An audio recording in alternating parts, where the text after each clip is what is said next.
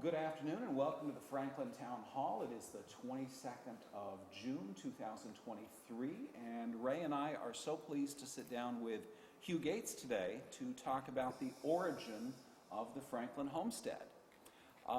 Hugh, you have a story about Martha Toll in the Franklin Homestead. Would that be a good place to start?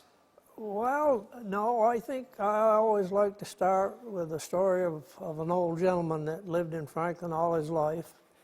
And our Franklin Rescue Squad, which is a volunteer group, had to take this gentleman into the hospital a couple of times, and they promptly sent him back.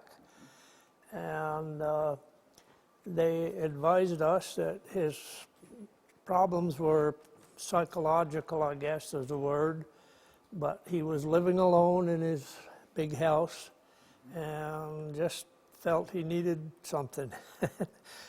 And they told us that we got to go and talk with him about his situation and see if we couldn't figure out how to make him better, happier. And my wife was been with the rescue squad, and I recently had joined, and we talked it over at a squad meeting, and we went up to his house, and he heard us out, and he says, I will do, and we explained he needed to find accommodations where he would be looked after a little bit. And he says, well, I'll do it if you will look over me, watch out for me. And he pointed at me. And it was, I guess I just said, well, I guess I can try. And I couldn't find a place for him, anybody who would take him in their home here in Franklin. And so he ended up, we took him down to Sheldon to the Napoli home, and he was very well cared for and quite happy there, but he missed the folks at Franklin. And I guess we got a pretty knit community, as they call it, and so that planted the seed in my mind that we might have had a need. And then there was another elderly lady who needed a place to go, and she ended up in Richford at it was the Ave Maria, I believe, at the time. And so that was another seed. And I let them set a while, I guess. And then, fortunately, our telephone company, our family, became very unexpectedly we're going to get some money we didn't really want or need, and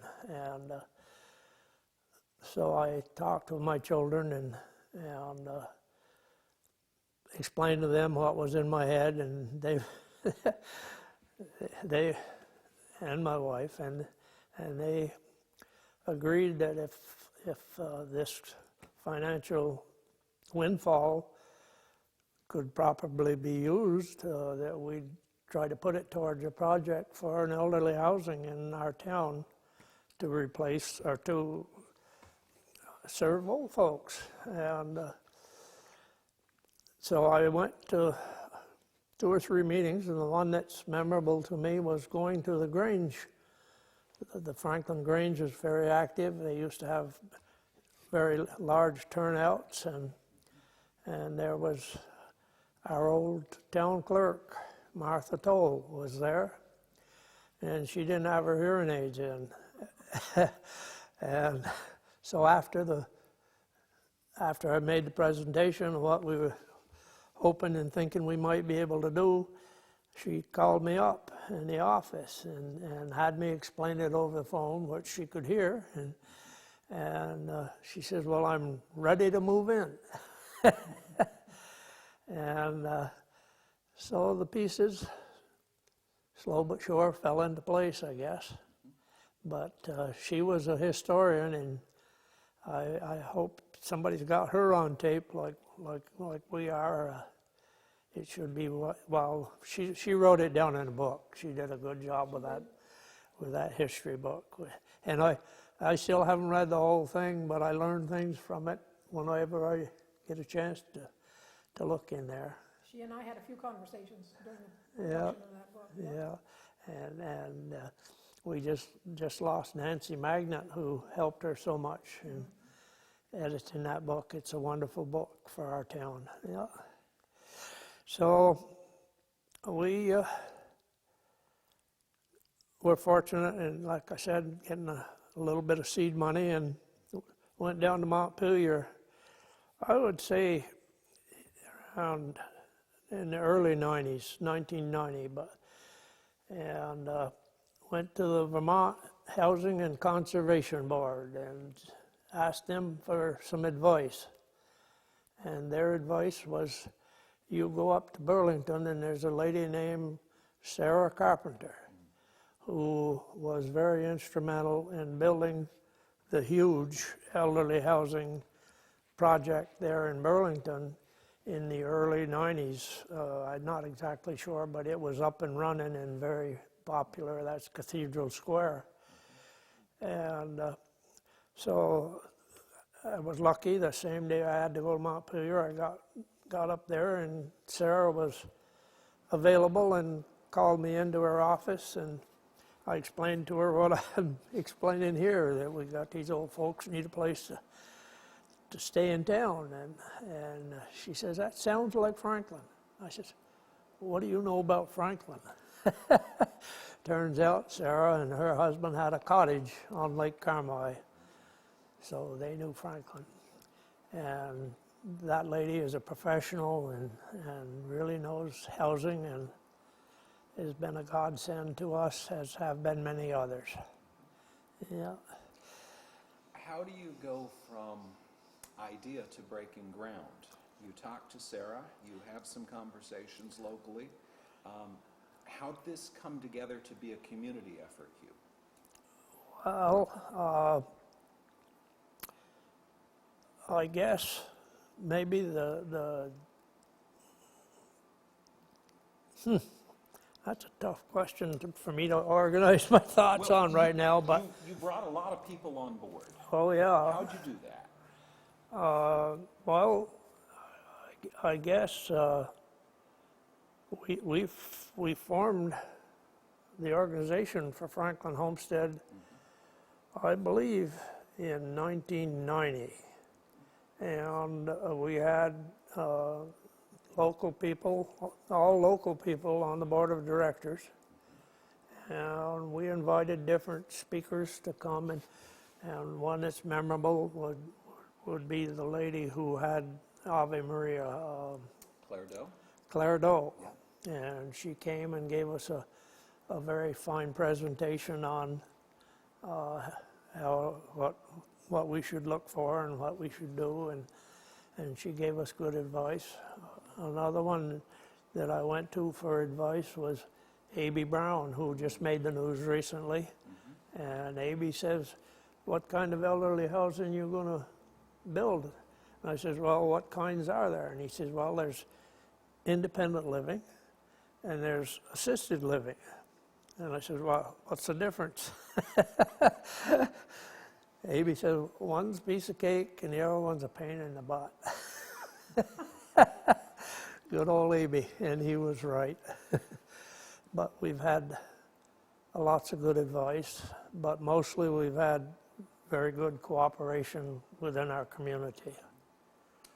Yeah. You've worked with dozens and dozens of board members on Franklin Homestead over the years. Which organizations did you reach into to get them to help along the way? I know the board is broken out among various groups.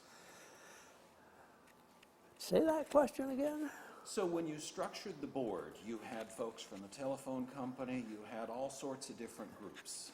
Oh, okay. When we organized, yes. 9 members sounds like a good size for a board for me, and I guess I was pretty much in charge, and so I looked at all of the organizations, and the 3 primary organizations were our churches: the Catholic Church, the Franklin churches and the East Franklin Church.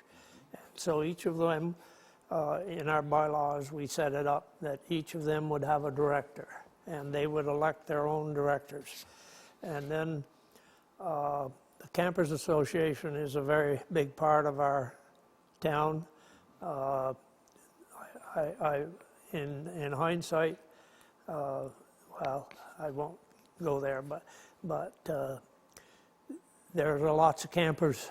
The bottom line is there's lots of campers that don't realize they're part of our organization, and I'm hoping that that's going to improve. They did initially, and we used to have a senior citizens organization, and they had a representative. They had formal meetings and acted on for the good of senior citizens. They went inactive a few years ago and are no longer represented on the board. And then the telephone company, I guess I wanted to keep my finger in the process. I'm maybe regretting it today, but we kept a board member, and then that left 3 members from the town that elected at town meeting, and this was on the condition that the town wanted to, we had it on the warning for town meeting to whether the town wanted to participate in this project, and I don't remember what the vote was, but they voted to do it, and they proceeded to elect 3 directors. So, but now the town has 4 directors. The bylaws, any directors that are not provided by the others are provided by the town. So it's a very local board. There are, with the Campers Association and such, there are a few people that are served on the board that have not been Franklin residents. Sarah Carpenter served wonderfully on our board for a few years, but she was representing the Campers Association. But it's a pretty local board. Absolutely. It's a diverse board because you managed to stitch all those different groups together for a common purpose. You had a good board, you still have a good board. How do you go from a board to putting up the biggest construction projects in maybe a century in Franklin? And we haven't had anything that big happening on that side of the street since the Franklin fire. I mean, it's pretty ambitious to think we're going to put up this, how many unit building? 23 apartments. Right. So how do you get to that point, Hugh? I don't know. Oh, we were lucky, hired a good architect. They designed us a building that we liked, and it would fit on the lot, and we had a septic system locally that would accommodate that size. I guess the septic system determined it, Brian. Okay. Yeah, and then I'm trying to think who figured out the budget, but the architects estimate a cost, and initially we formed into a partnership with the organization called Housing Vermont down in Burlington. And they were specialists on, and here's an important thing. The government had a program, and they still have it, I believe, called housing tax credits. For people who will invest in housing tax credits, you are prepaying taxes into the future. You're the partners in a housing tax credit partnership. You form a partnership. And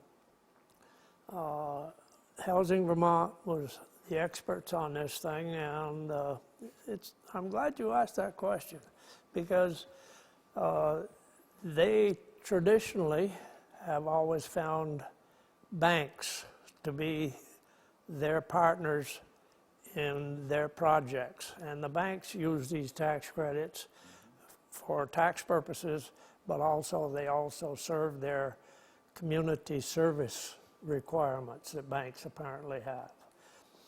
And we had done business with the Franklin Oil Bank at the time, and their board of directors at the Franklin Oil Bank thought that the project was too big for Franklin. And so they told Housing Vermont that they would go along with a smaller project. And I had a wonderful board of directors.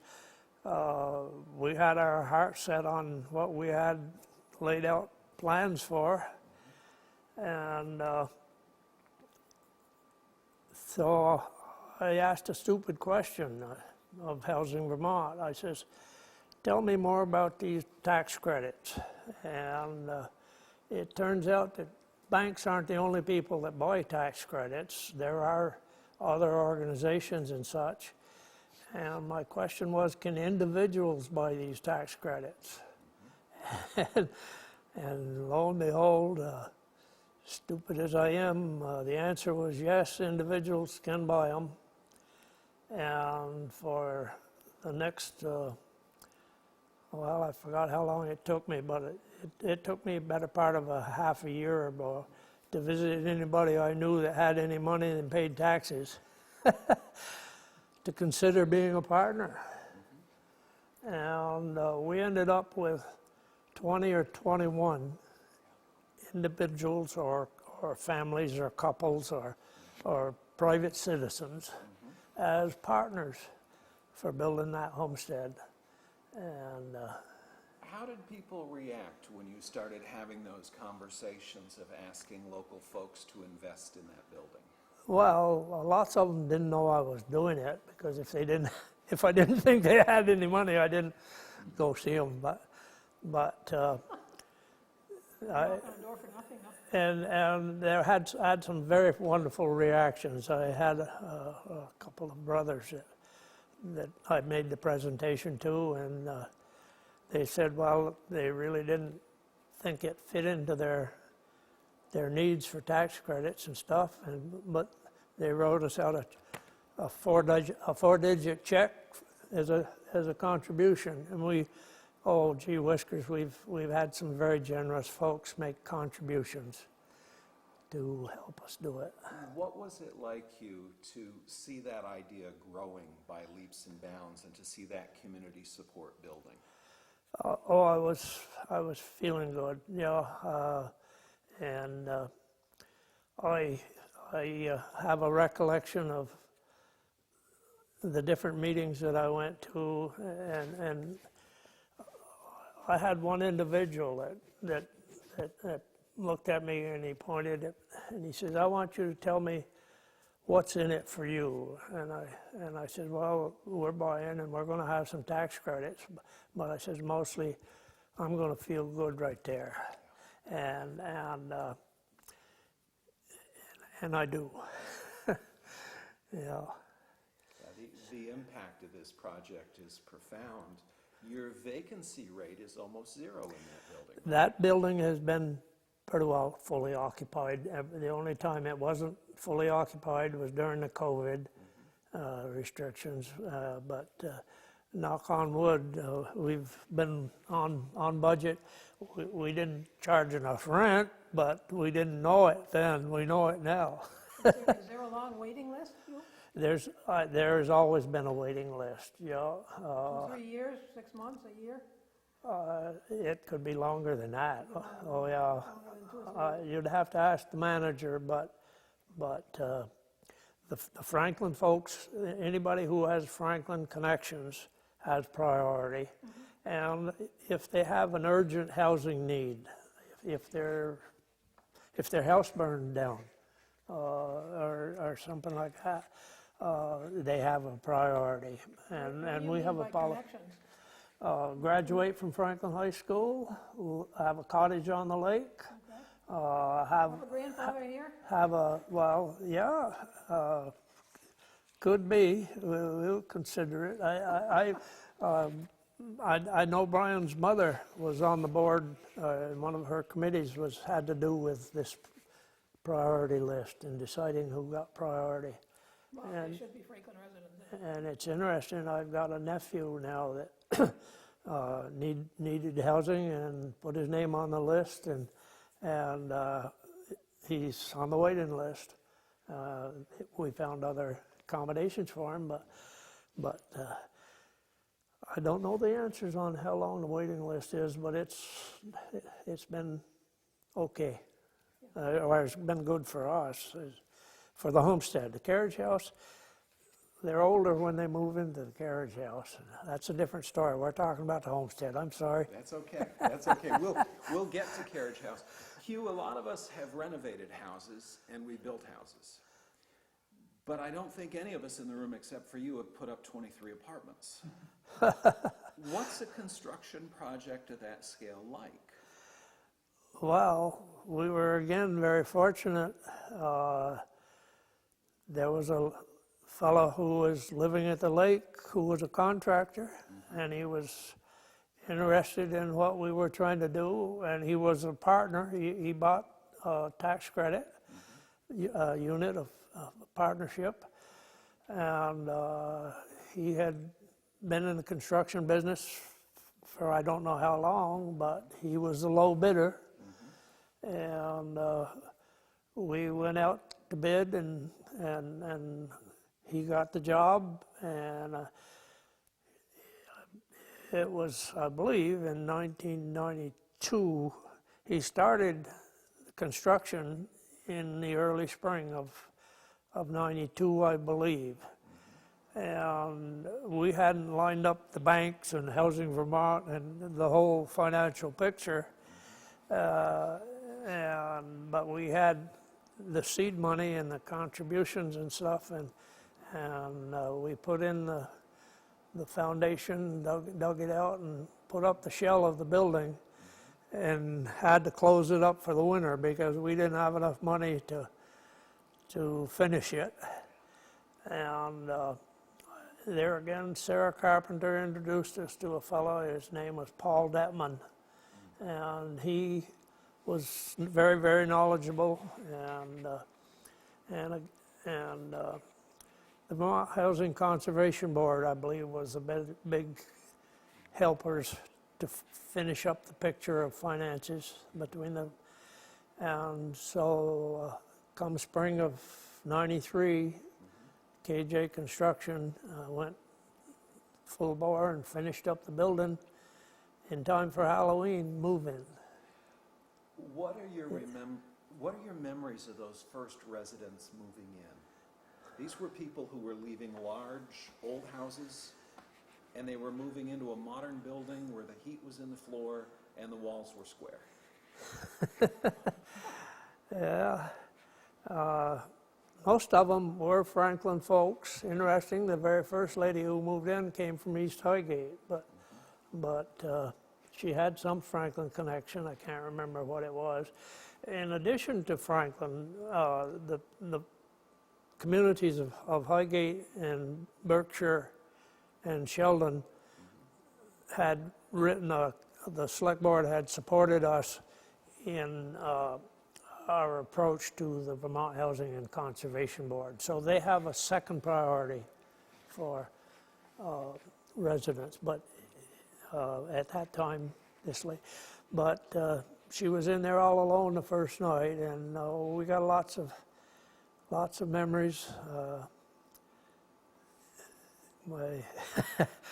We could go on forever with my memories. I don't know how long you want to go, Dave. But interesting, two people that moved in owned your house there, Dave. And it was a mother and her daughter.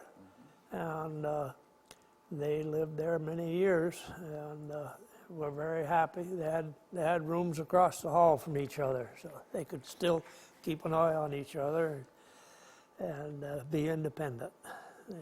It was fascinating to watch that process as the building went up, because we had one summer where the auctioneers were the busiest on Main Street they'd ever been, as we literally started at the house in the corner and worked through as folks were getting ready to move. And Main Street kind of shifted to the other end of Main Street, and suddenly those houses that I was used to second floors being dark had families with young children again. So You're- it reinvigorated the whole village. You're pretty observant on auctions, aren't you? I went to a lot of them, Hugh, and the excitement, people were so thrilled to be moving. Yeah. Because what happened here hasn't happened in any community around us. No. And I wish I would understand why. There's been conversations in communities for 20 years. Yeah. How come Franklin got there? Well, oh dear, I guess I did it. Damn it, Brian. I'm a glutton for punishment. I don't know. I've tried to help Highgate, I know specifically, with an effort, but it never materialized. But now it looks like it might materialize in Highgate. There's hope. And but I think maybe the hidden secret is these housing tax credits. If folks knew more about them, they had a bad reputation. One or two of my investors had previously invested in housing tax credit investments, which are big firms, and hadn't really materialized quite so well. But they were very good friends of mine, and they both signed on. And out of our partners, the only one that became dissatisfied was our general contractor. After a couple of years, he retired and he didn't need the tax credits anymore. So he had with these tax credits, the individuals get prepaid taxes for a certain amount for 10 years out into the future, and they have to remain a partner for 15 years in case we broke some rules like they did up on the mountain there in Jay Peak. Gotcha. Yeah. I think the range of partners you had involved is fascinating because you had the tax credits, you had the board, you had all these different organizations involved. I'd like to just stop for a minute and kind of tip my hat to Franklin Telephone, because what Franklin Telephone created down in the basement, actually Franklin Electric Light Company. That's right.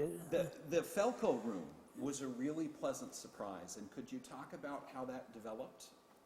Well, during the duration of construction, I was the manager of the electric light company also, and we had a difference of opinion with the regulators in Montpelier, and they wanted us to do things their way, and I didn't want to do them their way. And my board of directors with the electric light company, who were stockholders,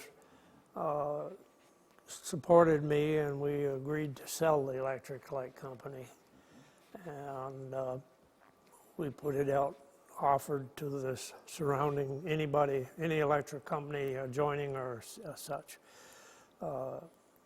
made offers towards it, and one of the offers, the successful offer had a provision to pay the directors a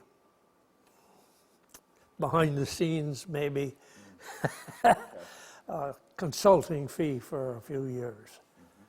And the majority of the directors didn't really want that, and we decided to form another organization.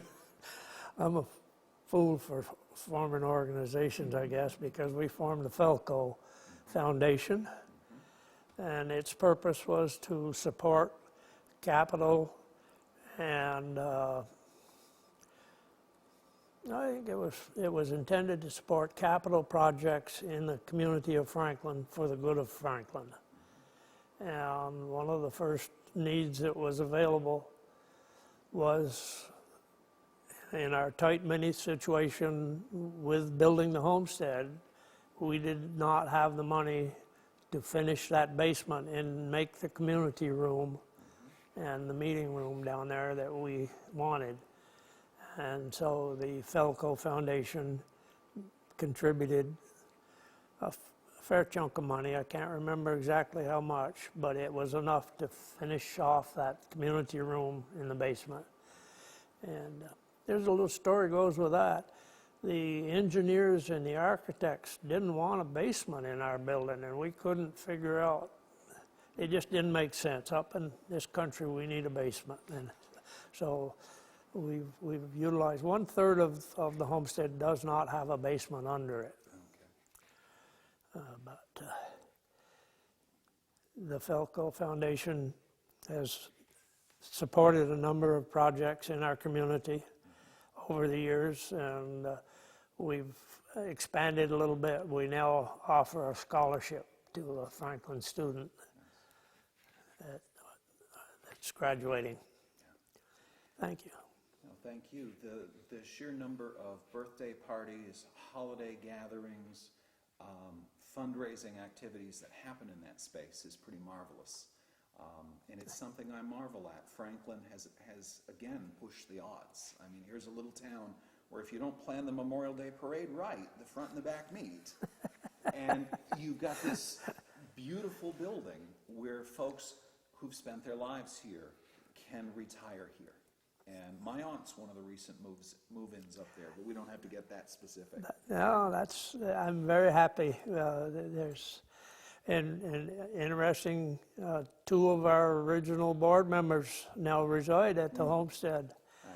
And there's only 3 of us left. And my wife and I are on the waiting list. Are you? Yeah, when our grandson wanted to come home to the little farm, my wife and I went and put our name on the list, and there was no vacancy at the homestead. And thank goodness, because we could never have parted with all the things we've accumulated in our lifetime. You know what they say about that? You got 100 pounds of manure in a 5-pound bag? It's interesting. Brian's aunt owned the house that was closest to the homestead construction. I guess it's not the closest. There was one other that was closer. And she and her husband were concerned, I guess it was her, I don't think Albert was too concerned, about the traffic going out to the homestead, going by her house. Was that May? Huh? Was that May? No, the DeRushes, the DeRush family. No, there's a May Gates story involved in this whole story, if you want to hear it. I'm game. Okay. Her house is the one with trees growing through the roof now, right? Right, her house is going into deterioration. Yeah. But her daughter, and I believe, I don't know if her granddaughters got involved, but her daughter and her husband moved in to part of the house and cared for May in her elderly years. And it's difficult to care for your folks and stuff. And I'll digress to another story. I won't digress. But when we finally found the only site in Franklin that would perk for a septic system, an in-ground conventional septic system, it was on that property. And Sally and Carol Hall gave us permission to test it, and we had to put in a perimeter, had to do some work. And the family, the children, their children, were not too happy that the parents had given us permission to examine that. And the next spring, we were finding out that the results were going to allow us to use that septic system. Then we had to find a place to build the building. And it's interesting because this is much the situation which Highgate has with their plans, is the septic problem. And one of May's grandchildren was coming down off the hill of their land on a Sunday afternoon, and I was out working on some telephone poles, electric poles and stuff, and asked we got in a conversation, and she said, let me talk to my brothers and sisters. And I explained that we had a septic site, but now we needed a building site, and that was a problem, a hurdle we had to get over. And she talked with her brothers and sisters, and they agreed to let us buy more land adjacent to the septic site. And she remembered her mother would have been, her grandmother would have been happy to have been there. Oh, I can tell all kinds of stories about the original move-ins. Seth Hubbard, there's a story. Yeah, you want to hear it? I would like to hear it. Well, Seth and Margaret Hubbard have lived in Franklin all their married life. You knew the Hubbards. And they were getting old. Gee whiskers, they had to be well into their 70s, 80s. And when the project started to come into probability, Margaret says, we're moving down there. And Seth says, I'm not going. And she said, well, I'm going without you. And he finally agreed to move with her. And when he got there, he was on the second floor. They were on the second floor, and we've got a very nice living room on the second floor. He was in his glory because he could go down and sit in that living room, and the neighbors would come in and they'd visit, watch the traffic and watch the town crew.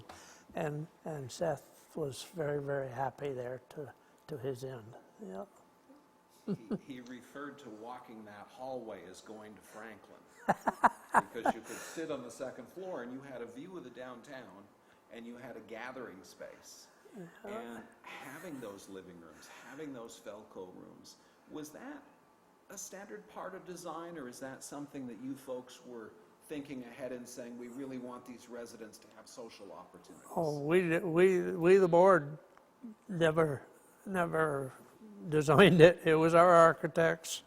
They did a good job. Yeah. Can we jump to the carriage house? Okay.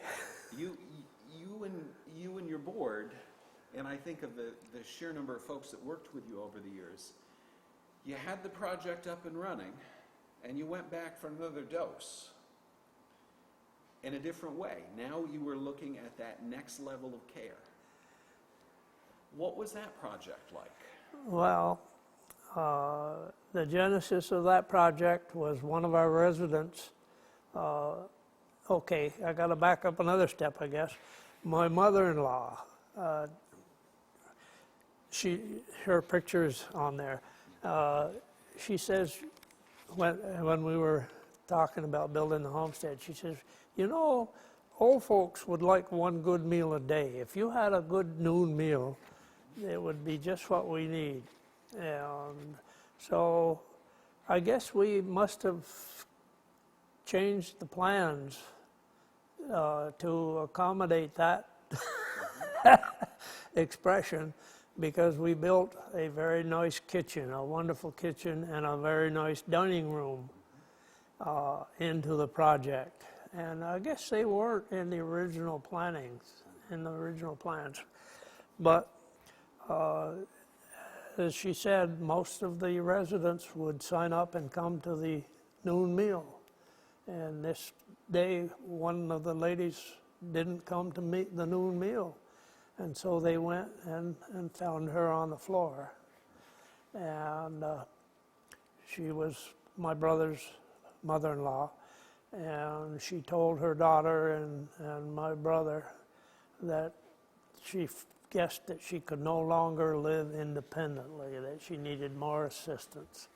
And so that was the genesis of the carriage house, was seeing the need that these folks are going to live here, but they need one more step. If we can make it happen, and as A.B. Brown says, it's a problem. It's got problems, but we solved some problems to build that one, Brian. When we first went to the town, we had visions of relocating the town shop and putting our second building over where the town garages are.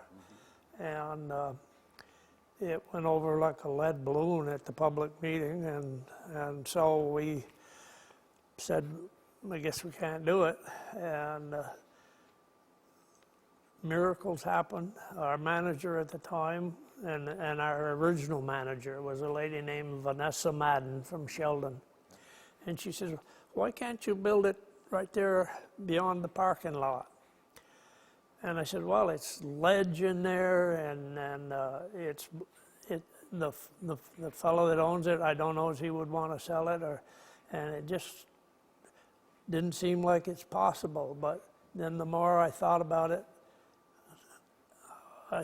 I figured out maybe a way we could do it, and we did it. But with the carriage house, having to employ more staff and stuff, it's been difficult. But Did you have trouble staffing it before the pandemic? not too much that I can remember, but ever since the pandemic and all of the government programs and everything, staffing it and the cost of staffing it are quite much more than we are used to. But they've managed to do pretty well, I think, and I think, well, we're still here. Yeah. It was fun to watch Nancy Bishop move her kitchen up the hill when the new building was done, and to see residents from both buildings mixing. Yeah. Do you think the board had any sense of how profoundly this would impact the community when you started? I don't know if we ever thought about it.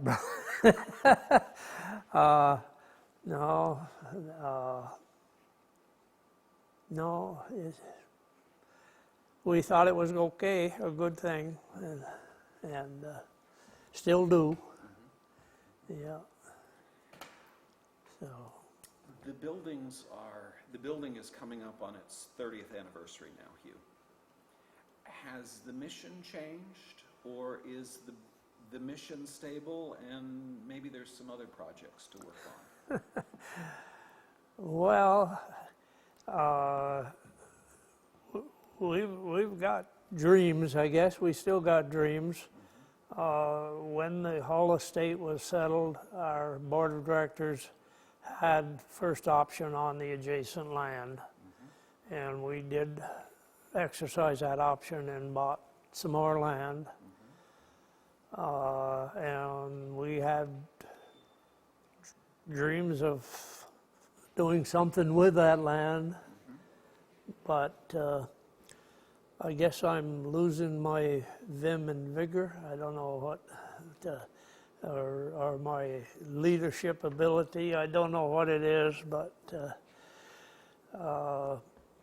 we're, and as I mentioned earlier, we probably didn't charge enough rent, and we didn't build up enough reserves to be a financially